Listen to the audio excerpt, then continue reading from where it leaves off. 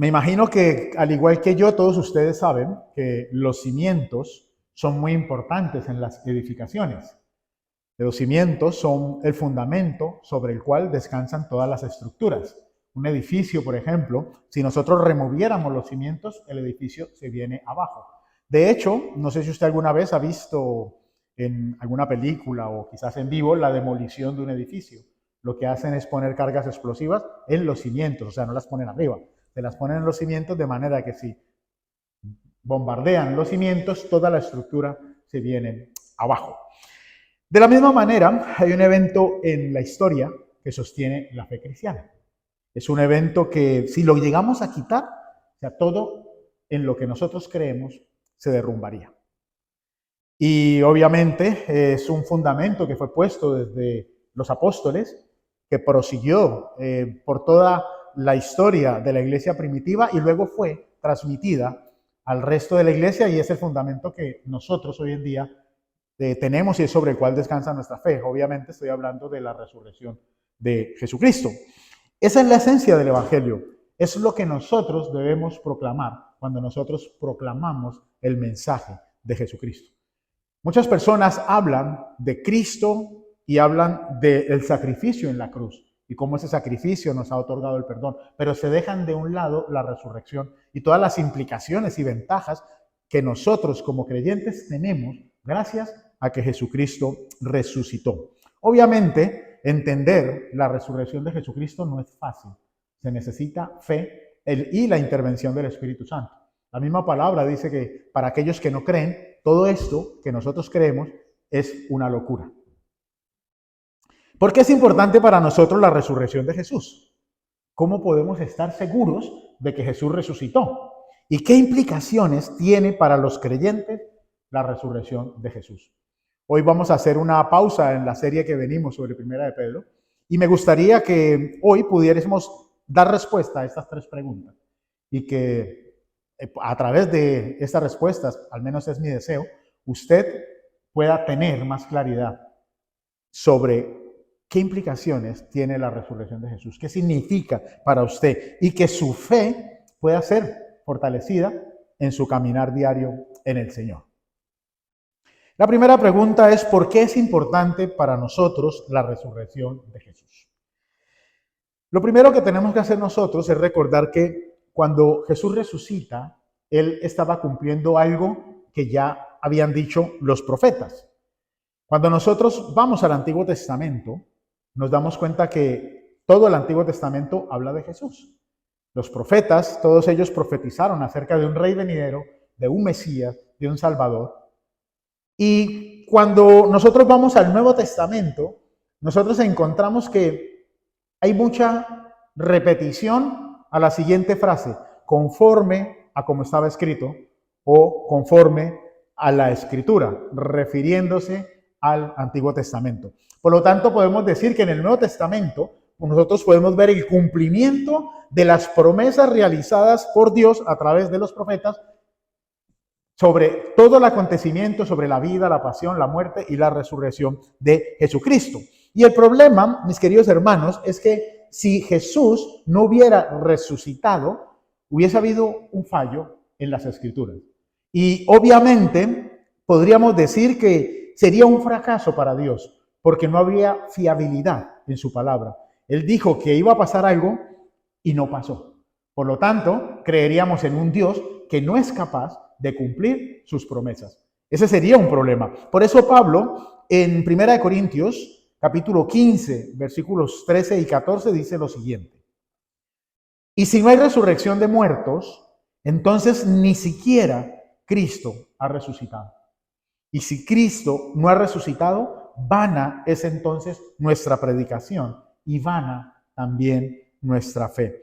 Y esto es muy interesante porque cuando uno lee este pasaje, uno debería de preguntarse por qué Pablo dice que si esto no ha pasado, si Cristo no resucitó, se hace vana nuestra predicación. Porque ellos, queridos hermanos, estaban predicando precisamente, por un lado, que Cristo había resucitado, pero por otro lado, estaban predicando que Jesús había cumplido las promesas que el Padre había hecho. O sea que tenían dos temas que estaban involucrados en la predicación. Por lo tanto, era importante. Y la evidencia de esto es que Jesucristo, que era lo que ellos predicaban, sí, predicaban a la resurrección de Jesucristo, era la evidencia de que Jesucristo era el Hijo de Dios, porque solo el Hijo de Dios tenía el poder para poder regresar de la muerte y luego ascender y sentarse a la diestra del Padre. Solamente lo podía hacer Él y dejar la tumba vacía.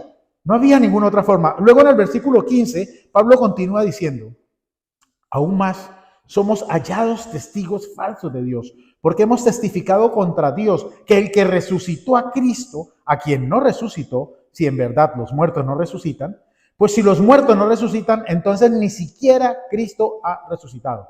Y si Cristo no ha resucitado, vuestra fe es falsa. Todavía estáis en vuestros pecados. Entonces también los que han dormido en Cristo han perecido. Si hemos esperado en Cristo para esta vida solamente, somos de todos los hombres los más dignos de lástima. Hermanos, Pablo le estaba diciendo a la iglesia que si Cristo no resucitó, usted y yo y ellos no teníamos perdón por nuestros pecados. Seguíamos todavía con la culpa del pecado. Entonces, ¿dónde estaba la esperanza? Pablo les está diciendo que negar la resurrección de Cristo es negar toda la fe. Negar toda la fe. Nos dice que si nosotros, los que tenemos fe, negáramos la resurrección de Cristo y negáramos el sacrificio de Cristo, seríamos los hombres y mujeres más dignos de lástima. Porque entonces todo lo que nosotros hemos vivido, el sacrificio, la sumisión, todos aquellos mártires, todos aquellos que murieron por la fe, todo, absolutamente todo, sería en vano. Todo. No tendría ningún sentido llamarnos cristianos, porque todo lo que hay aquí es todo lo que hay. Tenemos la garantía de esta verdad y lo sabemos porque cuando nosotros leemos la Biblia, vemos que hubieron testigos que plasmaron su testimonio en la palabra del Señor. Pablo, al igual que los otros apóstoles, vieron a Jesús lo vieron crucificado, pero también lo vieron resucitado. O sea, ellos vieron absolutamente todo el vivir de Jesús. Los apóstoles se anduvieron con Jesús, vieron cómo lo acusaron, vieron cómo lo juzgaron, vieron cómo lo crucificaron, vieron que murió, que lo metieron en una tumba, pero luego esos mismos apóstoles lo vieron subir al cielo. Fueron testigos oculares y eso lo que genera, mis queridos hermanos, es una esperanza en los primeros creyentes, una esperanza de la vida eterna, una esperanza de que Jesús nos va a encontrar cuando nosotros partamos de este lugar. Vamos a tener una vida eterna con Él por siempre, mis hermanos. Y ellos vivían su vida en esa esperanza, donde nos vamos a reunir con todos los redimidos de Dios y vamos a tener una celebración permanente con Dios. Vamos a estar allí. Y como decía el hermano Miguel al principio, el centro de nuestro cristianismo radica en ese evento histórico, la resurrección de Jesucristo. Un evento que sucedió en un lugar puntual, en un momento puntual, con una persona puntual, la persona de Jesucristo.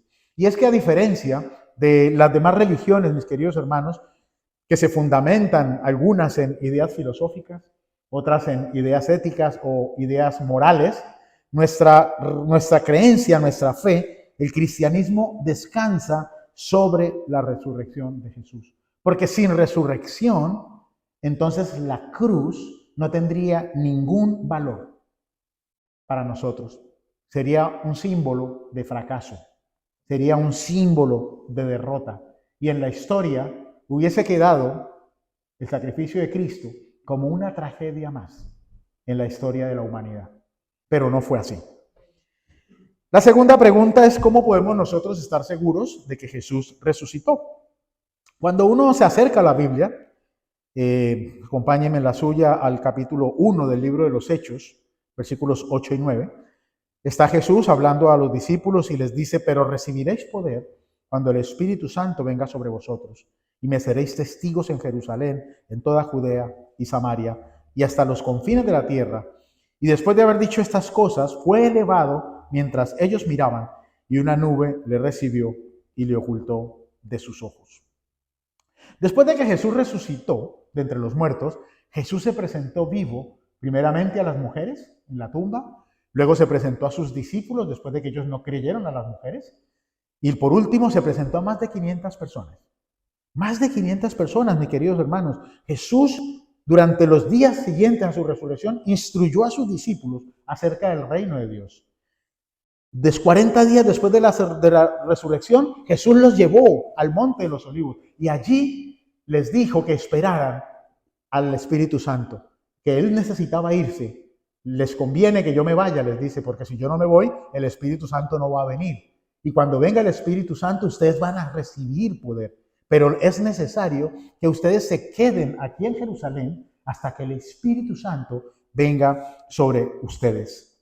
Después Jesús los bendijo. Y mientras les estaba dando esa bendición, ellos vieron cómo ascendió al cielo hasta que una nube los ocultó de su presencia. Hermanos, la Biblia dice que la ascensión de Jesús fue literal. O sea, esto no es una alegoría, no es una... O sea, fue literal. Ellos vieron a Jesús ascender. Fue observado por muchas personas. Muchos atentos espectadores vieron su ascensión. Y a lo largo de la historia se han suscitado varias preguntas y varios cuestionamientos con respecto a los eventos milagrosos que podemos ver en la Biblia, ¿sí? No sé si usted ha leído o ha visto documentales, se cuestiona cómo el mar se convirtió en sangre, cómo se pudo abrir el mar en dos para que pasaran en seco, cómo puede una mujer quedar embarazada sin tener ningún tipo de relación sexual. O sea, se ha discutido y se ha examinado siempre con lupa todo este tipo, y obviamente la resurrección de Jesucristo no se podía quedar tampoco a un lado. Entonces, ha habido muchas conjeturas y muchas respuestas a esta pregunta. Una de ellas, y es la más común, es que dicen que la resurrección de Jesús fue un invento de los primeros creyentes para justificar su creencia y para continuar con las enseñanzas del Maestro. Pero nosotros actualmente encontramos evidencias históricas que permiten que nosotros los creyentes actuales podamos tener la certeza de que la resurrección de Jesucristo no fue un invento, sino que fue un evento real que sucedió, como dije hace un segundo, en un lugar específico, en un tiempo específico, pero fue algo real. Vamos a ver algunas de estas evidencias. La primera es la predicación temprana en Jerusalén.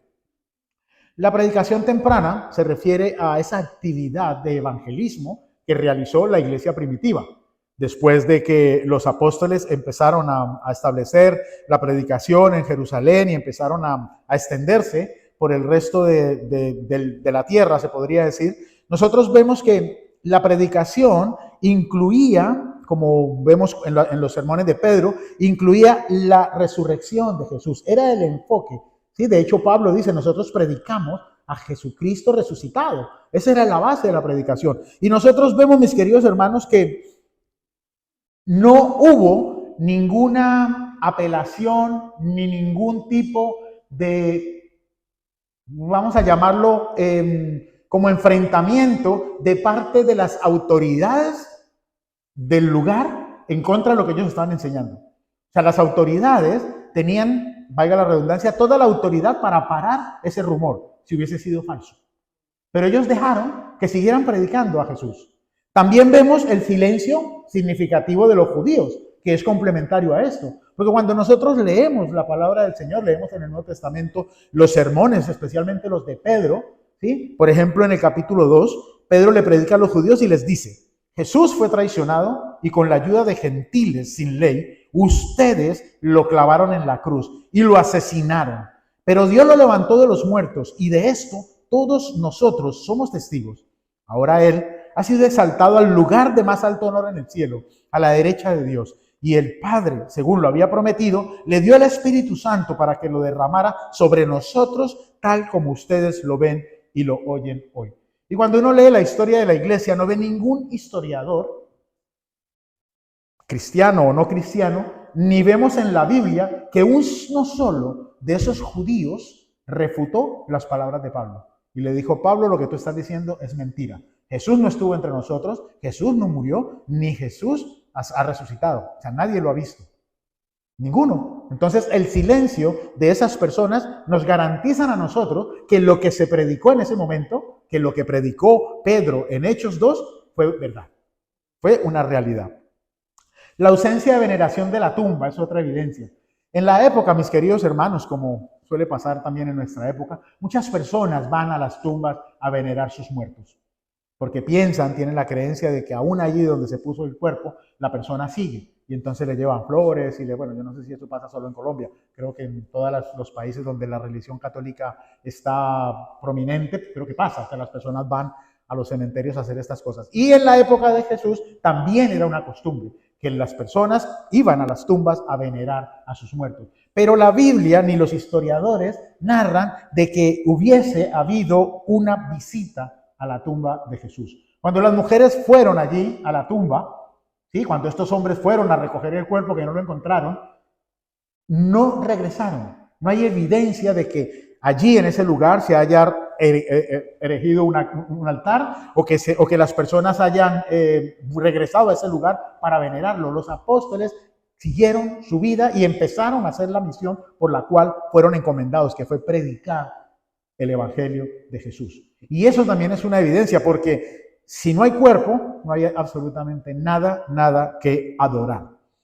La inclusión de mujeres como primeros testigos, y esto es muy importante, porque cuando nosotros vemos la historia, nos damos cuenta que en la época de Jesús, la palabra de las mujeres no tenían validez, no eran aceptadas especialmente por los hombres. Por lo tanto, el hecho de que los apóstoles hubiesen incluido a sus mujeres, a las mujeres que se hicieron cristianas, para que también estuviesen hablando acerca de Jesús, podría ser contraproducente porque nadie les iba a creer. Porque como lo dicen mujeres, entonces es mentira. Pero aún así, cuando nosotros vemos el testimonio de la Biblia, cuando vemos a mujeres predicando el Evangelio. Vemos a mujeres apoyando los ministerios de los apóstoles. Vemos a mujeres haciendo la obra evangelística del Señor. Y aún así no hay absolutamente nada que diga o que refute lo que ellas decían. También unas aparentes inconsistencias menores en los evangelios. Yo no sé si usted ha leído los evangelios, pero cuando uno lee los evangelios, parece que hubiese como unas pequeñas contradicciones entre unos y otros, porque el uno dice una cosa y el otro dice otra, y entonces uno dice, bueno, ¿es esto o es lo otro? Pero igualmente, o sea, todos los estudios que se han hecho sobre la veracidad de la Biblia, y obviamente esto incluye los evangelios, nos lleva a la conclusión de que era imposible que 4 personas, ¿sí? Mateo, Lucas, Juan, Marcos, se pusieran de acuerdo para escribir sobre los mismos eventos con tanta exactitud, dejando mínimos detalles que no coinciden. O sea, es casi que imposible. Y entonces eso también es una evidencia de que la palabra del Señor es verdad y obviamente que todo lo que los evangelios narran, que en todo se narran la pasión de Cristo, la muerte de Cristo, la resurrección de Cristo y la ascensión de Cristo, es casi imposible que ellos se pusiesen de acuerdo para mentir. Por último, tenemos el nacimiento rápido y el crecimiento de la iglesia cristiana. Después de la resurrección de Cristo fue, digamos, sobrenatural la manera en la que la iglesia cristiana creció.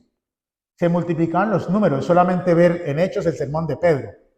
Se convirtieron como 3,000. En el otro que se convirtieron como no sé. O sea, yo no entiendo, o sea, obviamente sí lo entiendo. Es el poder sobrenatural del Espíritu Santo de Dios. Porque nosotros aquí venimos y hablamos la palabra de Dios, pero es el Espíritu Santo de Dios el que convence a las personas, el que convence al mundo. No es lo elocuente que nosotros seamos, sino que, claro, está el poder del Espíritu Santo obrando y eso logra que la iglesia crezca de una manera sobrenatural, a tal punto que uno continúa leyendo y se da cuenta de que se le salió de las manos a los apóstoles, no podían manejar la iglesia, a tal punto que tuvieron luego que nombrar diáconos y personas que pudiesen ayudar.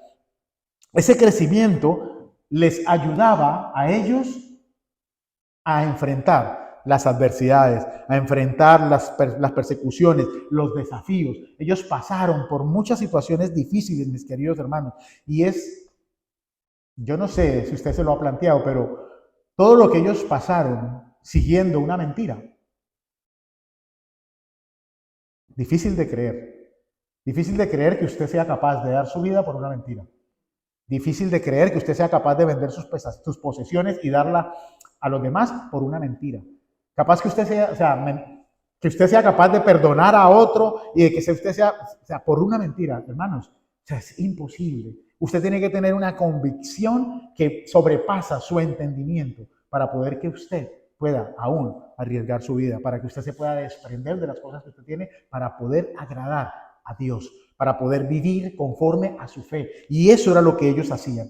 Y cuando nosotros juntamos todas estas evidencias, tenemos un gran aspecto de la resurrección de Cristo. Y eso, mis queridos hermanos, es un punto excelente, un gran punto de partida para que nosotros podamos ser fortalecidos en la fe y sobre todo que nosotros podamos hacer una buena apologética y que nosotros podamos defender nuestra fe a cualquier persona que nos quiera preguntar. Necesitamos, mis queridos hermanos, estar convencidos. Debemos tener una convicción que no viene por nosotros ni por el intelecto, sino que viene por el Espíritu Santo, quien da esa convicción en nuestros corazones de que lo que nosotros creemos es real, de que lo que la palabra de Dios dice plasmada en este libro, que sí fue escrito por hombres, es indiscutible, pero hombres que fueron inspirados por Dios, que todo lo que está aquí puesto es una realidad y que nosotros vivimos conforme a esa realidad.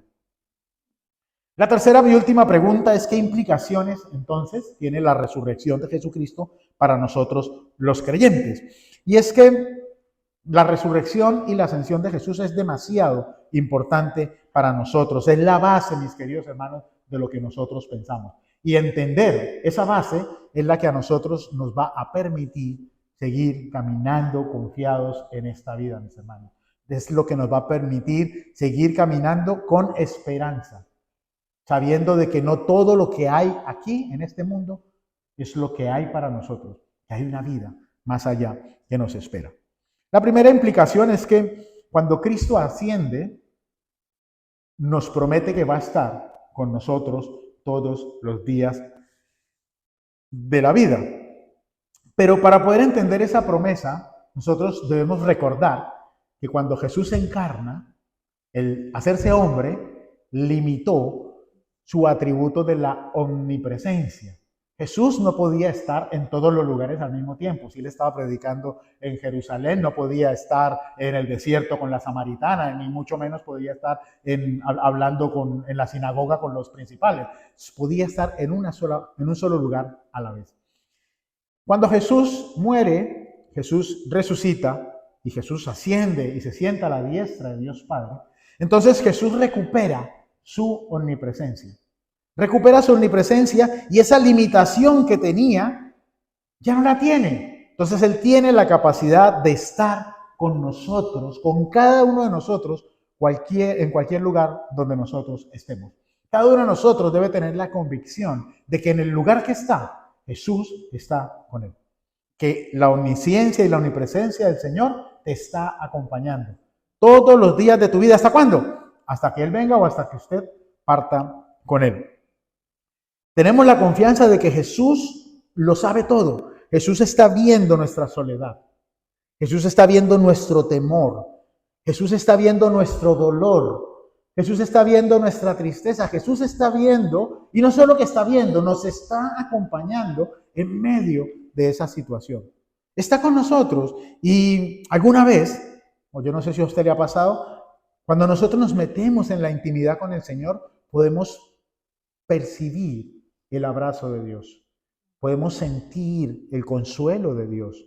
Podemos sentir cómo el Señor nos está sosteniendo a través de su palabra, a través de su Espíritu Santo. Es algo que no podemos explicar con nuestras propias palabras, pero es algo que sobrepasa y trasciende nuestro conocimiento. Es esa paz de la que Él habla que nosotros no vamos a poder entender nunca, porque nuestro entendimiento es limitado. La ascensión también nos recuerda que Cristo es poderoso para derrotar a sus enemigos. Y es que a veces nosotros, en nuestra mente limitada, creemos que tenemos un Jesús pequeño, Creemos que su poder y su soberanía no trasciende los cielos. Y pensamos que Él está allí sentado en su trono, pero desde allí Él no puede hacer nada. Y esto lo he notado yo en algunas oraciones que he escuchado. Cuando oramos y decimos, Señor, toma el control de esto. Entonces, Señor, toma el control de mis hijos, Señor, toma el control de esta enfermedad, Señor, toma el control de esa cirugía, Señor, toma el control del conductor del carro, del piloto, etcétera, del avión. Entonces, siempre estamos como haciendo alusión diciéndole al Señor que tome el control de algo, como que si Él no tuviese el control.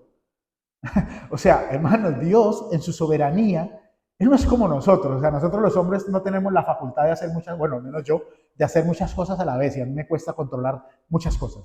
Entonces, si yo estoy haciendo una cosa, me tengo que enfocar para poderla hacer bien y descuido otras. O sea, Dios no es así. Dios no es como soy yo. O sea, Dios está sentado en tu trono, pero Él está al tanto absolutamente de todas las cosas. Él tiene el control de todo. Y no hay absolutamente nada que se escape de su control y de su soberanía. Absolutamente nada. Dios no necesita correr ni entrar en pánico como podemos hacer nosotros. O sea, Dios tiene el control. Y lo más interesante es que Hebreos 10 nos dice que todos sus enemigos serán puestos bajo el estrado de sus pies.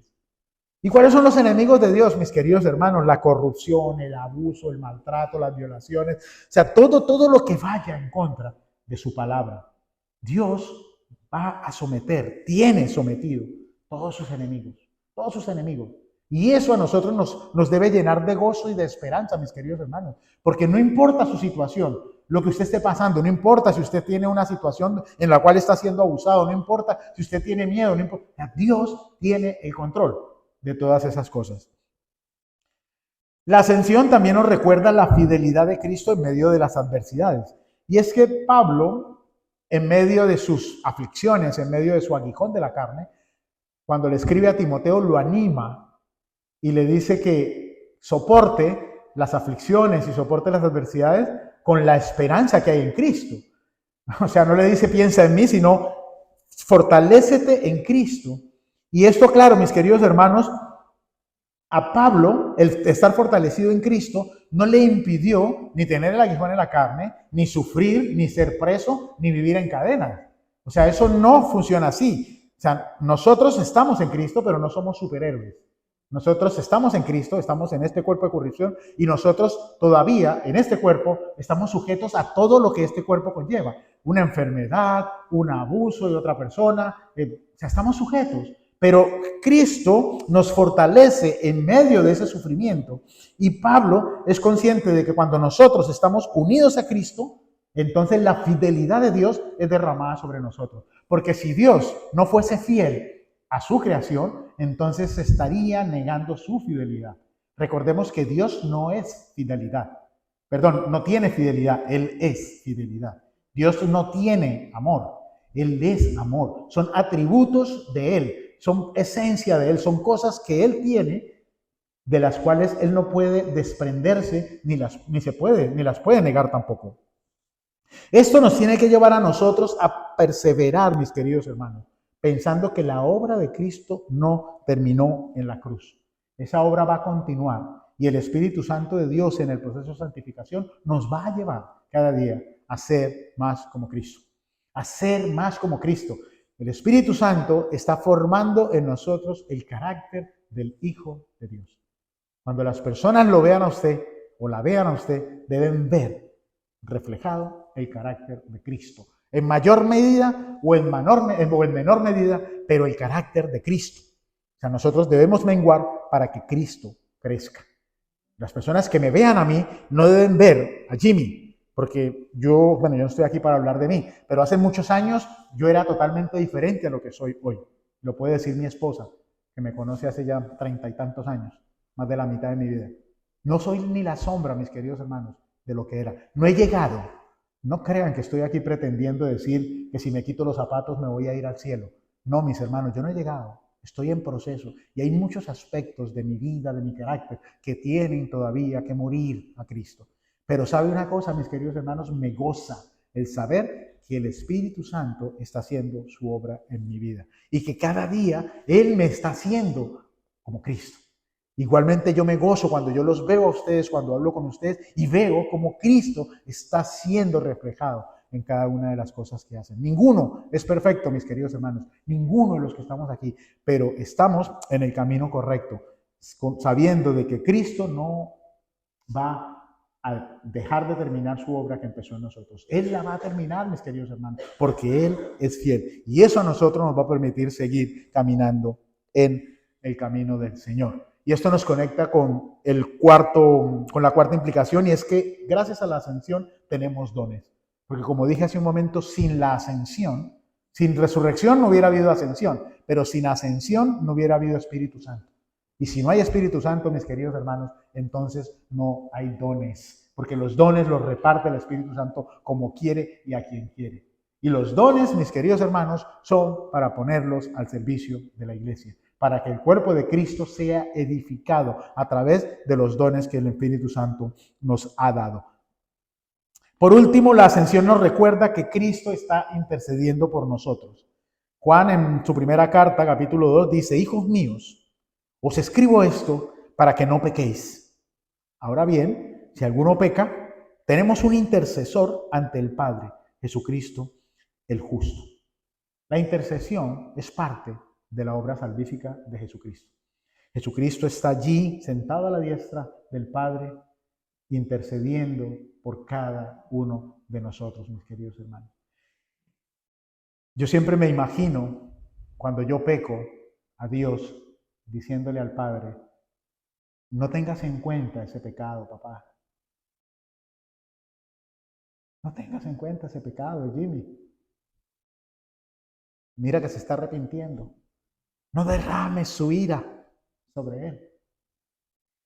Eso es como yo me imagino la intercesión del Señor. Yo no sé cómo se la imagina a usted, mi querido hermano, pero la imaginación es gratuita y es algo que todos tenemos. Jesucristo realiza una intercesión al Padre sobre la base de esa obra en la cruz. Y Él no murió en la cruz para dejarnos tirados y que nos arreglemos como podamos. Él murió en esa cruz para que usted y yo nos apropiáramos de esa obra de salvación. Para que usted y yo viéramos la obra completa de Cristo en la cruz. Por eso, ante la adversidad, ante los problemas, ante el sufrimiento, ante todo lo que nosotros podamos estar viviendo, mis queridos hermanos, que nos pueda apartar de la fe, inmediatamente debemos coger el lente de la cruz y ver ese problema. Porque cuando nosotros vemos a través de la cruz, entonces nos damos cuenta que ese problema tiene solución. Y esa solución ya fue dada. Y la solución es Cristo. Usted está enfermo, no se preocupe, hermano. Cuando usted sea glorificado, ya no habrá enfermedad, ya no habrá dolor, ya no habrá tristeza. Todo será gozo. Vamos a vivir por la eternidad adorando al Señor. Eso nos debe llenar de gozo y de alegría, mis queridos hermanos. El saber que este cuerpo que envejece y que se deteriora no va a ser el mismo cuerpo que vamos a tener por la eternidad, sino que seremos glorificados, nuestro cuerpo será mejorado, mis hermanos. Y entonces estaremos con el Señor por siempre. Y a veces, hermanos, egoístamente oramos: Señor, ven ya. No pensamos en las personas que se están perdiendo, no pensamos quizás en nuestros hijos, nietos, etcétera. Pensamos en nosotros mismos egoístamente. Y para ver lo que hay en el mundo, Señor, ven ya. Ven ya. Pero el Señor retiene su venida precisamente por amor a todos aquellos que han de ser salvados. Y de esa misma manera, mientras que Él viene, mis queridos hermanos, que nosotros podamos seguir predicando la palabra del Señor sobre la base de la resurrección.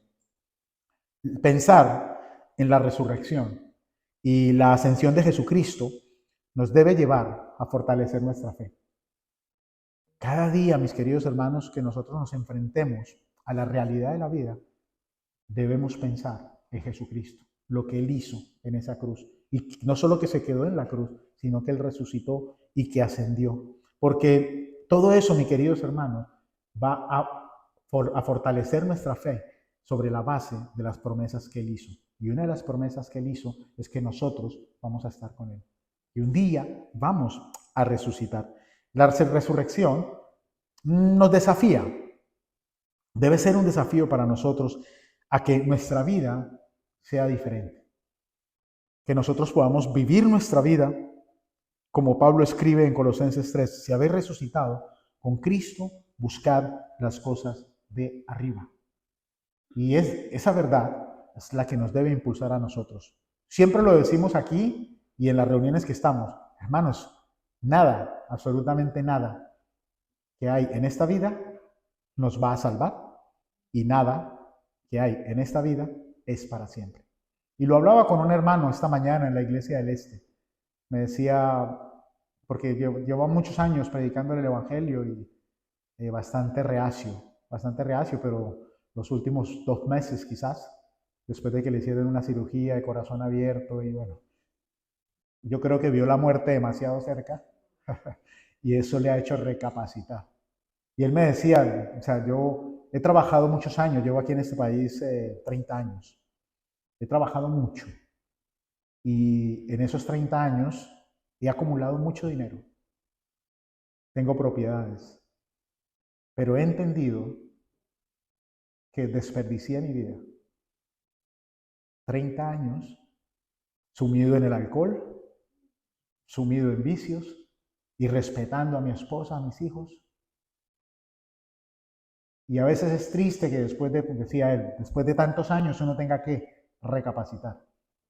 Y ahora estoy buscando a Dios con todas mis fuerzas. Hermano, eso nos llena de gozo. Nos llena de gozo porque a veces nosotros somos prontos para juzgar. Y decimos, no, ese está perdido, ese no se va a salvar. Y el Señor utiliza los medios de los que se vale para traerte a los pies de Cristo. Hermanos, vivir con la base en la resurrección de Cristo nos tiene que cambiar la vida. Nos tiene que cambiar la vida. Por eso, mis queridos hermanos, mi deseo es que cuando salgamos de este lugar, no solo nos llevemos la convicción intelectual de que Cristo murió, pero al tercer día resucitó, sino que nosotros podamos imprimir eso en nuestro corazón de manera tal que nuestra vida sea transformada. Que nosotros, con base en esa realidad, suframos una transformación espiritual, una transformación que nos permite vivir como testigos de la resurrección de Cristo, anunciándola a todas las personas. Que Jesucristo no solamente murió por tus pecados, sino que Él resucitó para que tú y yo tuviésemos una vida eterna. Tenemos que enfrentar el sufrimiento con mucho valor, sin temor, mis queridos hermanos, viviendo con la certeza de que aquel que venció la muerte camina hoy con nosotros y nos acompaña durante el peregrinaje del camino, que a veces se nos pone cuesta arriba, porque el camino en el Señor no es fácil, pero que Él está con nosotros, fortaleciéndonos a través de su palabra, fortaleciéndonos a través de su Espíritu Santo, para que nosotros lleguemos a la meta. Hermanos, Cristo resucitó, verdaderamente resucitó. Yo lo creo, ¿verdad? Estoy convencido, mis hermanos. Si no estuviera convencido, yo no estaría aquí compartiéndoles este mensaje. Y estoy convencido también de que como Él vive, usted y yo también viviremos con Él por la eternidad.